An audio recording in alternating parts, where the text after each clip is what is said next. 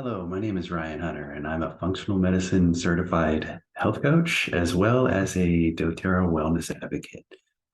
I am excited and glad to be here today to talk to you about emotions and emotional wellness with essential oils, specifically what I like to call emotional first aid with essential oils. When I first became a wellness advocate and beginning to learn how to use doTERRA in my life, I used it for first aid in this true sense of the word, like burns in the kitchen, bug bites, headache, nausea situations that would occur. I would go to my oils. Well, you have to know how to use them and you have to have them at your fingertips. So that will be the same in this case when it comes to emotions in your emotional first aid kit. So in doing research for this, I was able to come across some interesting things that I'm happy to share today. Due to the pandemic, it seemed in 2020 there was some good research and reviews done on one was over a decade worth of essential oils and their effect on the nervous system and showing yes they truly do affect our nervous systems, and the quickest way to our nervous system through our brain is through smell, and the oils do that for us. So I also learned about the concept of a positive distraction as a healthy emotional support system and coping mechanism, meaning picking the oils you like, for example, that are supportive to the emotion you're dealing with at the time can create a positive experience and create a positive emotion in your brain, helping you respond to life situations versus just reacting.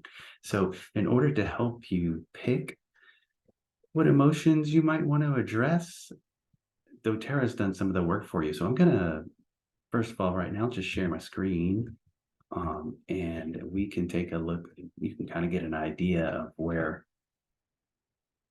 the spectrum lies: invigorating, energizing, or calming. That's usually kind of the ways that the autonomic nervous system seems to be affected by these oils. And so, I, for example, will think about an oil that I want to use before I'm going to maybe study for an exam. It would be a rosemary or some kind of concentration oil, mint. If you have a meeting before a boss that you're feeling kind of concerned about, confidence, you look for things like courageous, maybe citrus and mint together. If you're sad, the trees can come into play there. If you're angry, I believe the herbals, the grasses can help with that, help you open up, be a little more content. But having them nearby is important. And so, for example, when I drive, and I do this quite a bit for one of my businesses, I have a cotton ball with peppermint on it and wild orange. It just creates a energizing, uplifting kind of atmosphere, and that helps me stay alert, and it helps me when I'm driving. So having it nearby and thinking of ways to use them is always a fun game I sort of play with myself.